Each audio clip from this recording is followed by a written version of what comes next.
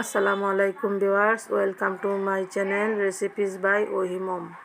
Viewers, আজকে একটি নতুন রেসিপি নিয়ে হাজির হয়েছি। আমাদের নানু এবং দাদুরা যেভাবে তৈরি করতেন জালি পাঁপড়, তাদের কাছ থেকে শেখা আজকে আমার এই রেসিপি। এই পাঁপড় হাতে গোটাগুড়ি দিয়ে করতে হয় এবং 3 অথবা 4 বার কাপড়ের মধ্যে দিয়ে চেলে গুঁড়িটাকে খুব মিহি করতে হবে। আমি এখানে কিছু হাতে গোটা গুঁড়ি নিয়েছি। অল্প অল্প করে পানি দিয়ে একটি ব্যাটার তৈরি করব। এই ব্যাটারটা মাঝারি ধরনের হবে, পাতলাও হবে না, ঘনও হবে না। এই ব্যাটারটা 10 থেকে 15 মিনিট রেস্টে রাখলে পাঁপড়টা আরও সুন্দর হয়। দেখুন ভিউয়ার্স, আমার ব্যাটারটা কেমন হয়েছে। এরকম ব্যাটার করলে পাঁপড়ও সুন্দর হবে।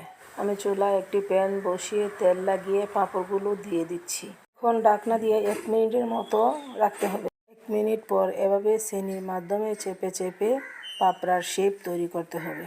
দেখুন ভিউয়ার্স, আমার একটি পাপড়া রেডি হয়ে গেছে। এভাবে একে একে আমি 2 থেকে 3টি পাপড় করে দেখাবো। এরপর দেখাবো কিভাবে সংরক্ষণ করতে হয় এবং খাওয়ার উপযোগী হয়। এই পাপড়টা অনেক মুড়মুড়ে, খেতেও কিন্তু খুব ভালো লাগে। এই পাপড়টা আপনারা বাসায় ট্রাই করে দেখতে পারেন, খেতে কিন্তু অনেক ভালো লাগে।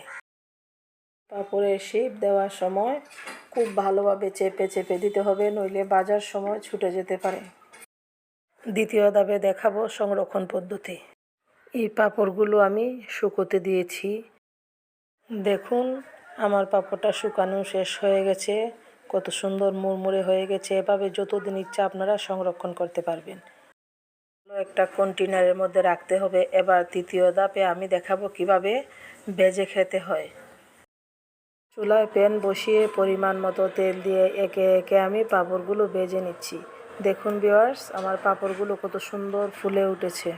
এভাবে ভেজে কন্টেনারের মধ্যে রাখলেও 5 থেকে 7 দিন খেতে পারবেন।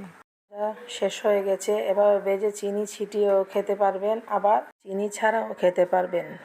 ভিউয়ার্স, আমার ভিডিও যদি আপনাদের ভালো লেগে থাকে তাহলে রেসিপি বাই ওহিমম চ্যানেলটিকে সাবস্ক্রাইব করে নিত্য নতুন ভিডিও পেতে আমাদের সঙ্গেই থাকবেন। ধন্যবাদ।